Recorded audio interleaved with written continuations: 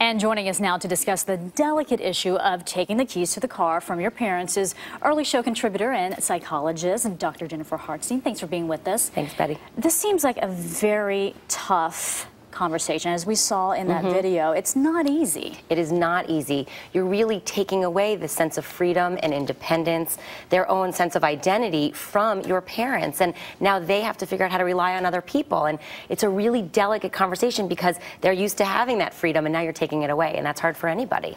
A lot of people will struggle also with, when do we sit down and talk about it? You know, the holidays are right around the corner. The family is all together, so is that a good time? No.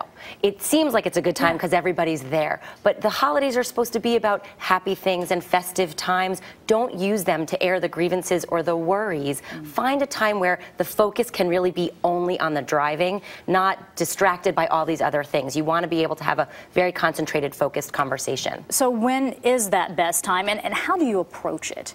You have to approach it with a lot of dignity and compassion, because you are saying to your parents that you are worried about them, but that you also think that this is something they can't do anymore. And that's really challenging. So find a time when there's not a lot going around, when you start to notice a problem, and then lead into that conversation.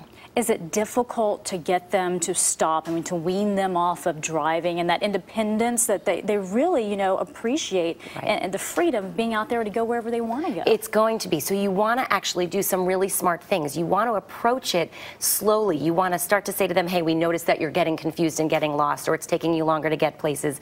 So let's talk about what alternatives we might have. And there are a couple things to keep in mind. Start slowly. Start to have them drive less. Maybe they drive for shorter distances. Maybe they don't drive at night anymore. Those are things that you really want to think about.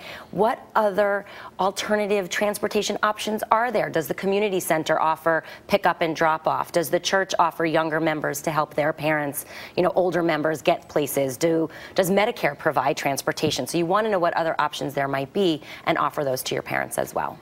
But in all reality, sometimes this is not the easiest thing, and a parent will say, forget about it, you are not taking my keys, so what do you do then? Right, and we saw that in the piece, I'm not giving up my keys. So it may be that you have to almost stage an intervention with everybody and say, this is no longer an option, we are taking your keys, we're going to have to do it. You don't want to have to get there. Those don't work very well. They don't work very well, and you may have to get there, but you hope not to, so you hope to start slowly. You want to give them as much information. The AARP has some great information on their website. The Transportation Department has some great information on what the adults should be looking for. Take them to DMV, have them get a new test. All those things, that great program in the setup piece too, is all important things to try and get your parents to do. Very good advice. Important too. Yeah, and as challenging. Our parents get older, no doubt. All right, Dr. Jennifer Hartstein, thank you so much.